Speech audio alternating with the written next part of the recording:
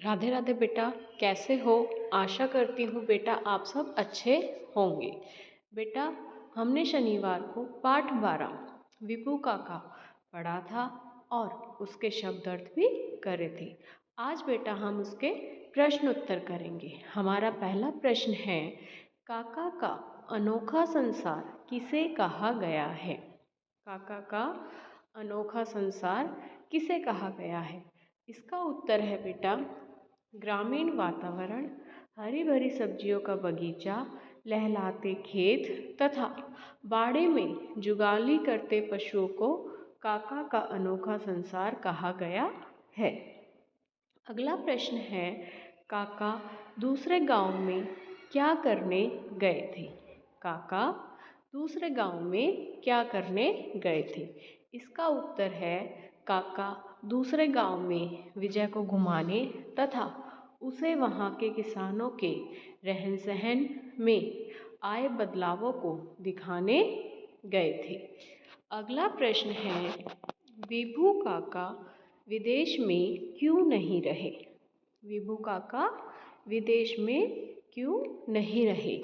इसका उत्तर है, विभू काका विदेश में इसलिए नहीं रहे क्योंकि उन्हें अपना देश ही प्यारा था। उन्होंने अपने देश के किसानों की सेवा करने की ठान रखी थी।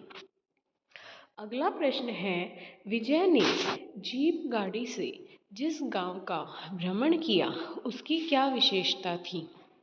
इसका उत्तर है बेटा, विजय ने जीप गाड़ी से जिस गांव का भ्रमण किया उसकी यह विशेषता थी कि वहाँ सभी घर पक्के थे, सभी घरों के आगे गाय बंधी थी, गांव के बीच एक पाठशाला थी, सब बच्चे साफ सुथरे कपड़े पहने हुए थे, लोग स्वस्थ तथा हष्ट पुष्ट थे।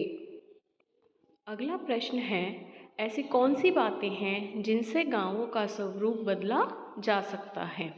इसका उत्तर है बेटा, ऐसी बातें निम्नलिखित हैं जिनसे गांवों का स्वरूप बदला जा सकता है।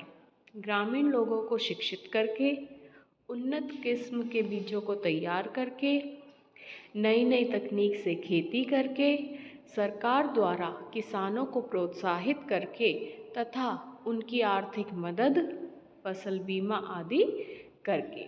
बेटा, आपको ये प्रश्न उत्तर अपनी हिंदी की हॉलीडे होमवर्क की नोटबुक में लिखने हैं और याद करने हैं। राधे राधे।